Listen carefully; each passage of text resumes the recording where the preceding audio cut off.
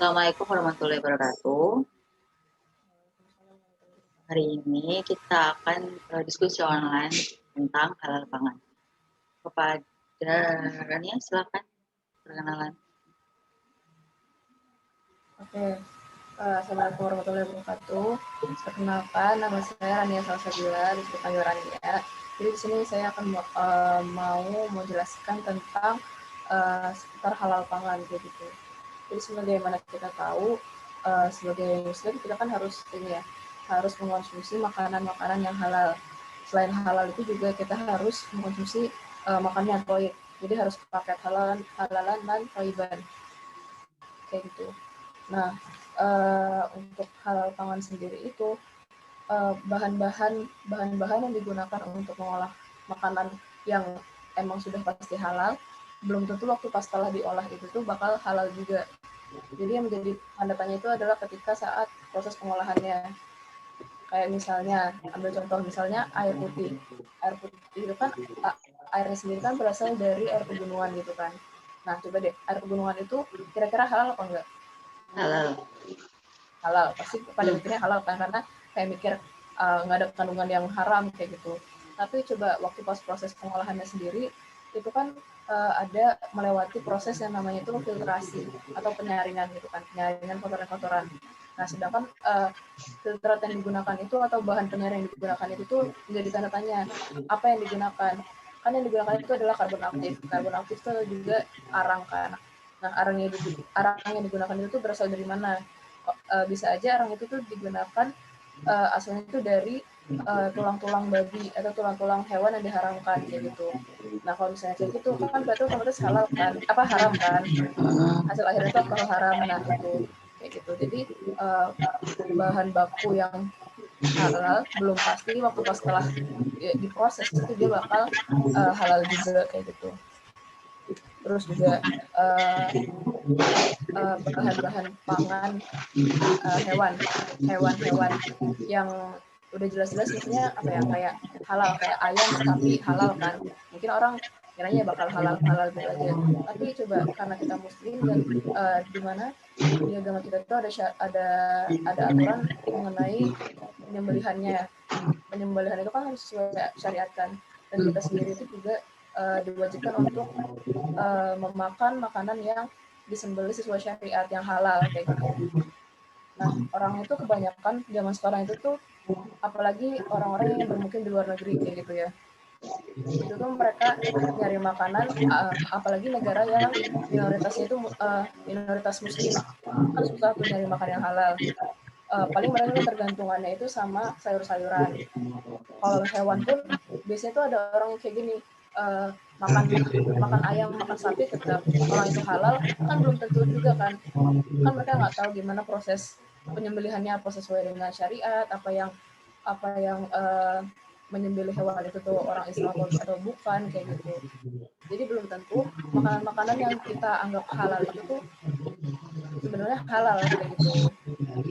Terus juga sebenarnya syarat halal sendiri itu nggak cuman dari makanan itu terkandung babi sama alkohol aja, tapi yang lain itu jadi ada banyak hal gitu yang jadi pertimbangan suatu pangan itu dicap halal. Jadi kalau misalnya ada makanan yang mengandung dia itu tuh menyerupai makanan atau minuman haram, itu tuh juga haram jatuhnya, walaupun dia kandungan atau proses pengolahannya itu tuh halal, dia tuh tetap haram karena dia menyerupai barang yang haram. Kayak misalnya ambil contoh di zaman sekarang, di saat ini kan banyak ini ya beredar, kemarin itu sempat booming soju halal. Soju halal ya kan? Iya. Soju halal. Nah, dari soju sendiri, soju itu apa? Coba. Alkohol. Soju itu alkohol kan, asalnya dari Korea. Nah, mungkin emang di Indonesia sendiri soju halal itu emang kandungannya itu dia benar-benar 100% halal. Aku sempat juga ngeliat di media sosial, katanya yang punya si soju halal ini tuh ngomong kita pakainya 100% bahan-bahan yang halal kayak gitu. Oke, mungkin iya 100% bahan yang halal. Terus juga pengolahannya mungkin oke juga, dia halal. Tapi kalau nggak salah ini ya punya nama sendiri ya dia ya. Mojiso apa sih namanya itu? Gue lupa Itulah namanya. pokoknya. Nah, tapi dalam brandingnya dia itu, dia nge-brandingin bahwa itu adalah soju halal. Dia memakai nama soju gitu loh. Nah, itu tuh udah termasuk haram gitu loh. Karena itu menyerupai barangnya haram, ya kan? Nah, itu tuh termasuk haram, walaupun dia itu halal. Kandungannya itu halal, tapi dia termasuk haram. Nggak boleh nggak boleh dikonsumsi.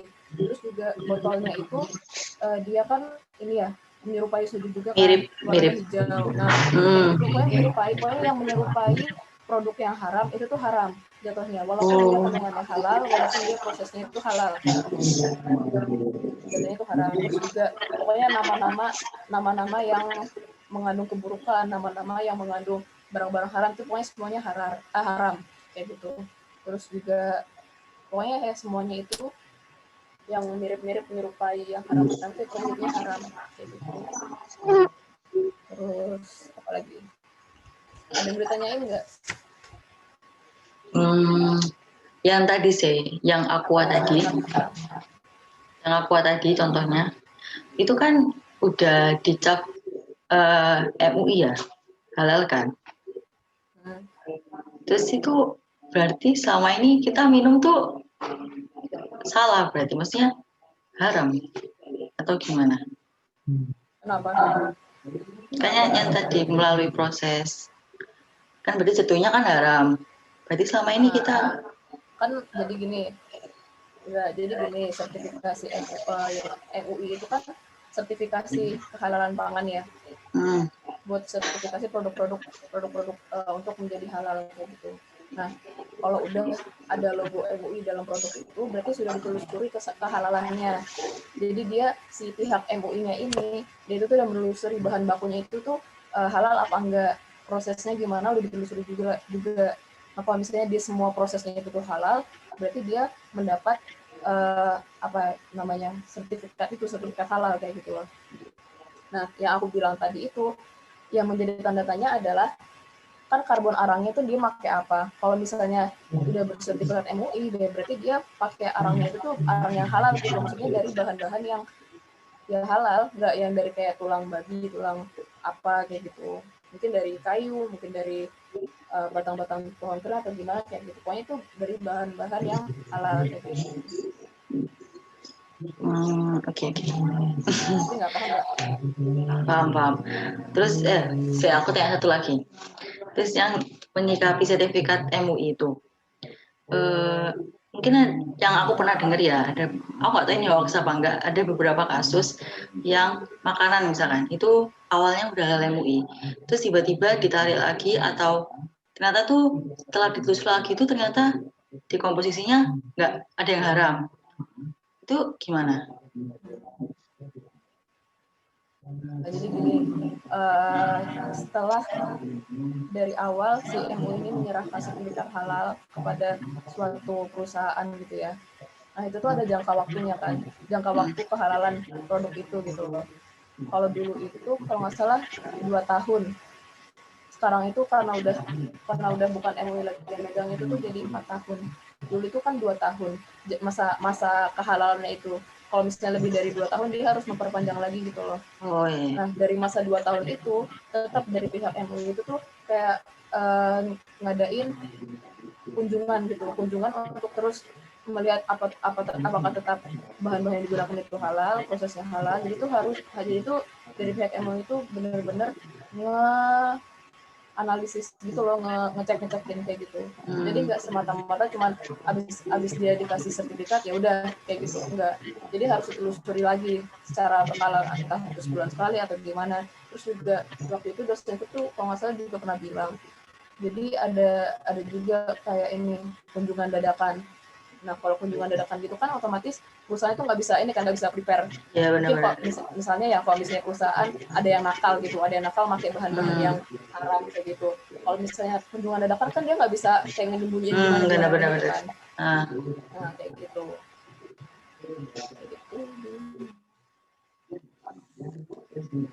Sudah. Ada lagi nggak? Nggak ada sih sejauh ini.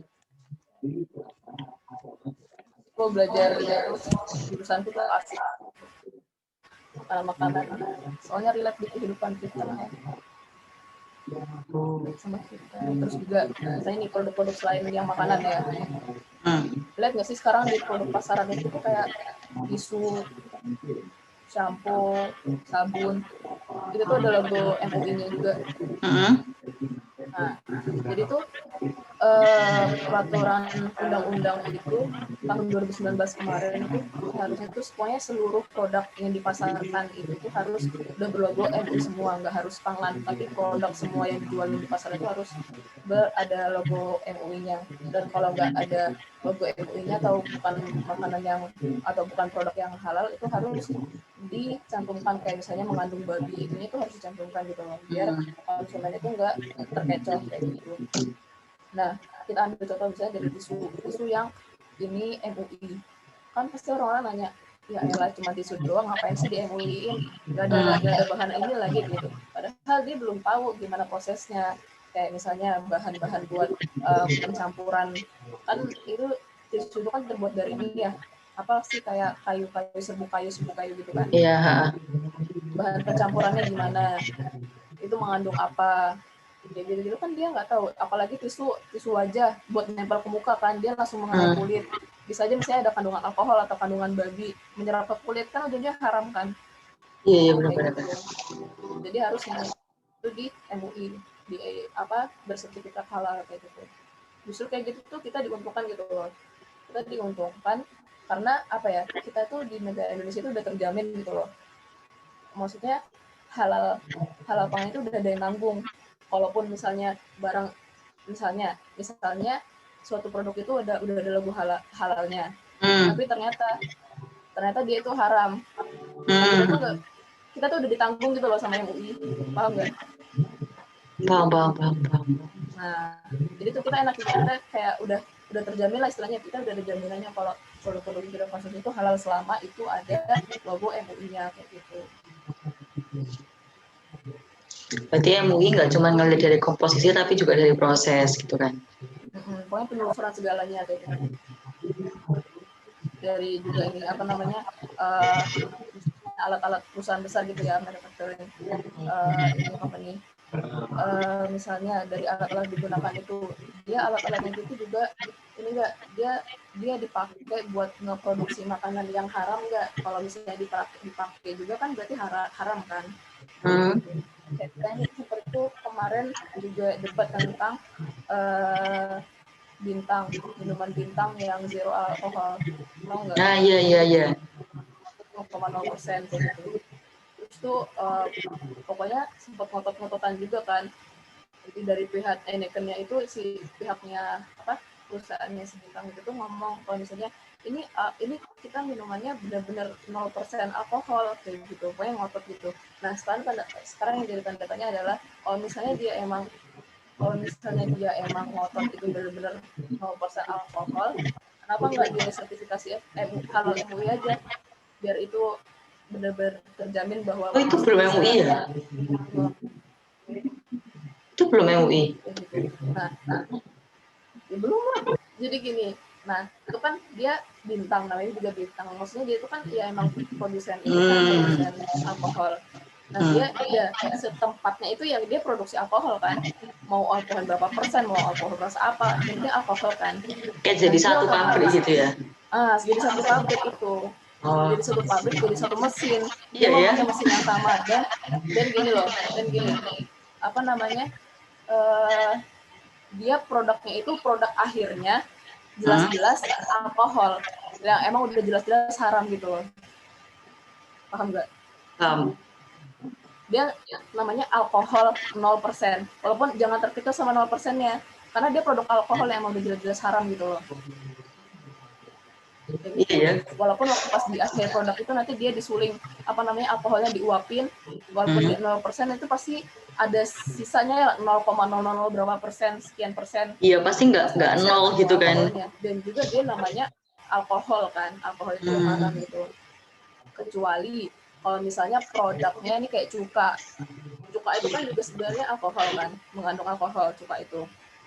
Tapi dia produknya itu tuh tujuannya itu untuk membuat cuka, untuk menambah rasa pada makanan gitu lah istilahnya, untuk meningkatkan ini pada makanan. Tapi kan dia intinya tuh produk akhirnya tuh dia pengen buat cuka gitu loh, walaupun dia melibatkan proses fermentasi alkohol juga, tapi dia alkoholnya itu diuapin. Nah itu tuh nggak apa-apa selama kandungan alkoholnya itu kurang dari sekian persen gitulah. Dia itu tujuan produknya itu apa gitu loh, kayak gitu. Meskipun ada kandungan alkoholnya, kalau tujuannya ya, tapi kan emang ada kandungan alkoholnya, tapi kan dia diuapin. Dia diuapin, alkoholnya itu diuapin sampai dia tuh kadar alkoholnya itu 0%. Gitu. Beda sama alkohol. Kalau alkoholnya 0% tadi itu kan dia produk akhirnya itu alkohol kan. Alkoholnya emang udah jelas-jelas haram. Ya udah dia haram gitu loh, mau di MUI juga nggak bakal lolos kayak gitu. Kecuali kalau cuka karena emang dia produknya itu buat ini meningkatkan rasa pada makanan, cita rasa pada makanan gitu kan. Dia produknya itu bukan nggak, dia intinya nggak ada niatan buat alkohol gitu. Tapi emang dia melewati proses alkohol. Karena dia buat cuka dan dia mengandung alkohol, alkoholnya itu diuapin, dihilangin. Ya.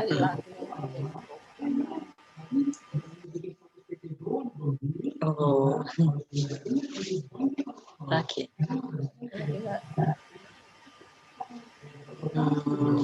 Terus juga ini tape kan mengandung alkohol kan. Ya. Itu tape itu sebenarnya itu batasnya kurang jelas sih. Cuman kalau jadi dosenku yang ngajar ini, nama mata kuliah itu sistem manajemen halal kan. Nah dosenku ini tuh pernah kerja di MUI. Terus kata dosenku itu kalau tape itu tuh masih halal selama batas alkoholnya itu tuh sekian persen berapa gitu aku lupa. Dan asalkan dia dimakan bareng sama padatannya. Paham nggak tuh? Jadi tape itu kan dari singkong. Ya. Ya, tape itu kan dari singkong. Nah, kalau dari singkong jadi ke tape, itu tuh ngelewatin proses fermentasi. Ya.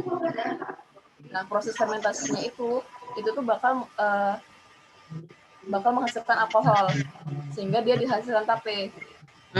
Paham? Paham. Nah, tape itu bisa dimakan, maksudnya halal untuk dimakan.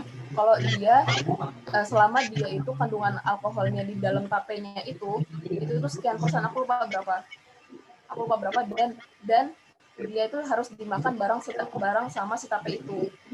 Si alkoholnya itu tuh dimakan bareng sama si tape itu. Nah, yang menjadi haram adalah ketika si tape itu diekstrak alkoholnya aja, terus kita minum alkoholnya, itu jadi haram. Oh, paham nggak? Nah, paham. Tape boleh dimakan halal, asal dia dimakan langsung sama si tape-tapenya dimakan kayak gitu. Dan batas makannya itu tuh nggak boleh berapa, ini aku lupa deh, kayak gitu pokoknya. Paham kan? Paham. Tapi kalau berarti ada persenannya kan? Kalau melebihi persenannya gimana? Ya haram, kan udah ada batasannya, udah ada standarnya. Tapi itu semua ukurnya, itu kan ada ukurnya di peraturannya MUI gitu loh, kayak syarat-syarat standar makanan yang mengandung alkohol, standarnya itu harus kurang dari berapa untuk bisa dimakan, maksudnya untuk muslim friendly, untuk bisa dimakan sama muslim kayak gitu, untuk bisa mencapai sertifikat halal kayak gitu. Itu semuanya udah ada aturannya gitu loh. Kalau misalnya emang dia di dalam tapenya itu kandungan alkoholnya melebihi dari batas, ya udah nggak boleh dikonsumsi. Makanya tape itu kadang kan biasanya ada yang ini kan, ada yang kayak di didiemin, jadi makin itu nggak boleh. Paham. Apa tape itu? Aku manggilnya PPP Rahma. Ya, paham. Ada pertanyaan lagi nggak? Nggak ada. Sudah paham. Udah ditutup. Kenapa tutup aku? Oke, ya udah, makasih udah mendengarkan, semoga ilmunya bisa bermanfaat buat Rahma, buat yang ngeliat video ini juga nantinya, terus juga mungkin bisa disebarin lagi ke teman-temannya, ke kerabat-kerabatnya, biar lebih tahu juga tentang halal dalam pangan atau halal dalam produk lainnya, gitu, biar lebih aware juga. Jadi nggak selamanya produk-produk yang kita kira halal itu tuh bakalan halal kayak gitu. Udah lebih baik kalau misalnya kayak makanan-makanan kemasan kayak gitu tuh cari yang udah ada logo MUI-nya, biar kita tuh ditanggung semua sama MUI kayak gitu. Jadi mending kita mengkonsumsi makanan yang jelas-jelas sudah ada sertifikat halalnya dibandingkan yang masih samar-samar gitu loh. Terus juga kayak Iya, misalnya benar. produk-produk yang dari luar negeri kayak gitu, ya usahakan hindari, apalagi yang dari negara-negara minoritas yang dia itu nggak ada sertifikat halalnya. Karena aku juga ngeliat kemarin itu, aku sempat banyak ngeliat kayak influencer atau juga orang-orang kan bisa kayak lewat itu loh, kayak TikTok gitu, lewat IG aku lihat kan, biasanya orang tuh banyak yang ini pada makan serial Oreo itu loh. Oh iya. Banyak yang suka, dan ternyata itu mengandung babi, langsung pada sumpah kayak gitu. Jadi harus lebih aware lagi kayak gitu, harus benar-benar, kalau apalagi namanya produk dari luar negeri ya, produk luar negeri dan itu dari asalnya dari negara minoritas muslim, ya harus benar-benar dibaca. Apalagi kan pasti ya tulisannya tulisan sana kan, negara sana, dan kita belum tentu ngerti semua sama komposisi yang tertulis kayak gitu. Aku baru tanya lagi. Berarti MUI-nya luar negeri sama Indonesia tuh beda apa sama sih sebenarnya? Jadi gini, jadi di setiap negara, misalnya ini MUI ya, MUI kan punya Indonesia. Nah, jadi MUI ini tuh dia mengeluarkan list dari negara mana aja, yang dari negara luar mana aja yang dia itu punya sertifikat halal sendiri. Nah terus MUI ini tuh kayak nge-ACC negara-negara mana aja yang udah yang udah dikaji gitu loh, yang udah emang boleh dikonsumsi. Paham nggak ya? Paham nggak? Iya, paham. Misalnya gini, misalnya negara A, negara B. Negara A punya sertifikasi halal, lembaga sertifikasi. B juga punya. Nah, MUI ini tuh ngeluarin list-list gitu loh. Ngeluarin list-list, dia istilahnya kayak kayak kerjasama sama luar negeri, sama lembaga halal luar negeri kayak gitu loh. Nah, dalam list itu bisa jadi si MUI ini tuh nge-ACC kehalalannya si negara yang A, tapi enggak sama negara yang B. Kayak gitu. Nah, kayak gitu. Jadi tuh antar negara itu tuh punya ininya sendiri gitu loh, punya bahasanya itu, kerjasama kayak gitu loh pokoknya ya kayak gitu. Terus biasanya itu alasan apa kenapa nggak bekerja sama yang negara B? Ya karena mungkin standarnya beda, maksudnya kayak beda standarnya beda, maksudnya kan mikirnya kan gini, kayak misalnya yang aku bilang tadi, misalnya yang tape di Indonesia misalnya, kandungan alkoholnya itu harus kurang dari 0,02%. Sedangkan negara B dia mengandungnya itu tuh tape boleh dimakan kalau kurang dari 0,5%. Otomatis Indonesia ngeiniin dong. Paham? Kayak gitu. Ya. Nah kan biasanya orang-orang tuh kayak, oh ini udah MUI luar, kan sama-sama bersertifikat Islam gitu. Kan Islam kan di mana-mana sama. Iya sih, sebenarnya bisa gitu. Juga gitu. Gimana ya? Sebenarnya gini sih, untuk negara-negara kayak misalnya Thailand kan emang punya lembaga ini ya. Pokoknya negara-negara yang emang punya lembaga sertifikasi halal yang besar, itu tuh kayaknya secara hampir keseluruhan itu udah kerja sama si MUI gitu. Tapi jadi itu ada negara-negara yang dia itu tuh lembaga sertifikatnya itu tuh masih kecil gitu loh. Karena saking minoritasnya gitu. Karena kalau yang kayak Thailand itu kan dia udah punya logonya sendiri kan, itu punya lembaga, dan itu tuh kayak lumayan besar gitu di sana. Nah, Misalnya kayak di negara-negara Middle East itu ada yang juga lembaganya itu tuh kecil dan dia itu cuma memberikan sertifikat halal Logo. tanpa disuruh si perusahaan itu menyertakan logo halal gitu. Nah, jadi kalau misalnya produk-produk luar tuh kita baik nyari-nyari sendiri sih, maksudnya kayak nanya-nanya, ini tahu ini nggak IG-nya dia siapa sih, pokoknya dia bener-bener gencar banget ya sama halal food itu. Kayak misalnya produk-produk luar itu dia nanyain bener-bener ke perusahaannya langsung, produk ini halal nggak ya, muslim friendly nggak ya, ada kandungan apa kira-kira gitu, dia nanyain semua sama dia. Jadi kalau produk luar negeri itu lebih baik kita cari tahu sendiri, atau lebih baik hindari aja daripada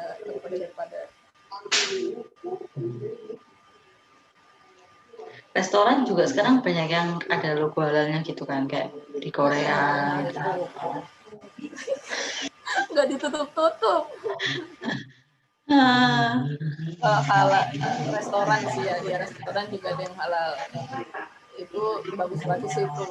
Dan harusnya ya restoran yang ada logo halalnya itu tuh nggak memperbolehkan makanan atau minuman dari luar.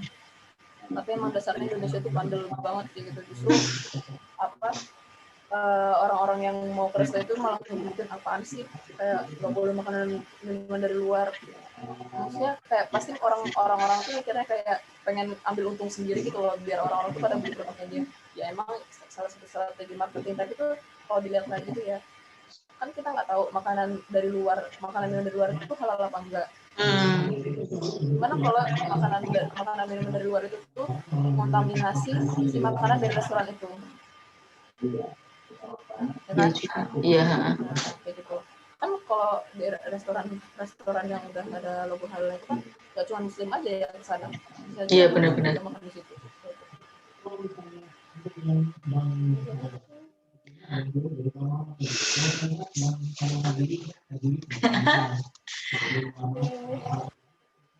Oke. Tidak apa lagi ya? Nggak ada ya? Udah tutup. Terima kasih Rani ya sudah berbagi ilmu tentang halal pangan. Sama, semoga membawa manfaat, membawa ke awareness juga buat diri sendiri dan orang lain. Benar. Amin. Terima kasih. Makasih Rani ya. Wassalamualaikum warahmatullahi wabarakatuh. Waalaikumsalam warahmatullahi wabarakatuh.